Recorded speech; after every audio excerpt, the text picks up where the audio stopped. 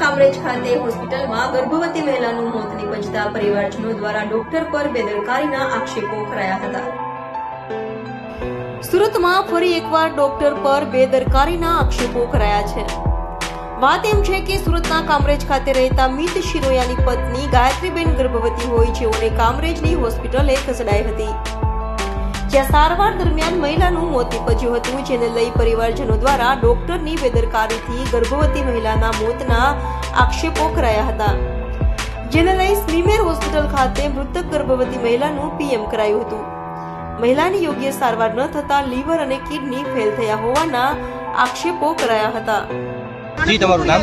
ભાવનાબેન મહેશભાઈ સિરોયા। શું ગાયત્રીબેન સાથે શું ઘટના બની હતી? ગાયત્રીબેન સાથે બસ એને તાવ આવતો હતો ને ડૉક્ટરે એને પહેલા રિપોર્ટ ન કર્યા, પહેલા રિપોર્ટ કર્યા હોત ને તો આ કિડનીને એને લીવરના ડેમેજ ન થાત। એને ત્રીજે દિવસે બધા રિપોર્ટ કરાવ્યા ને પછી ખબર પડી તો એને પછી હાથ ઊંચા કરી દીધા।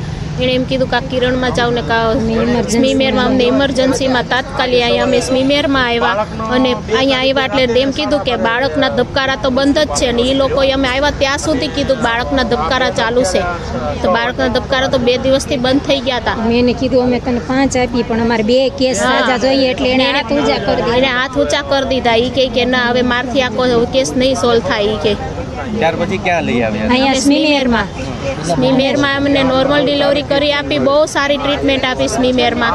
નોર્મલ ડિલિવરી કરાવી દીધી, બાળક મૃત્યુ પામેલું હતું તોય નોર્મલ ડિલિવરી કરાવી દીધી અહીંયા। અને બનતી કોશિશ બહુ ડૉક્ટરોએ કોશિશ કરી પણ ગાયત્રીબેન નો બચ્યા। હવે અમારે ન્યાય જોઈએ સામે શું તમારી માંગ છે? બસ અમારે ન્યાય જોઈએ છે, તાળું લાગવું જોઈએ આ હોસ્પિટલ અને આવું બીજા ન બને ને એ બસ અમે એ જ માંગ કરીએ છીએ।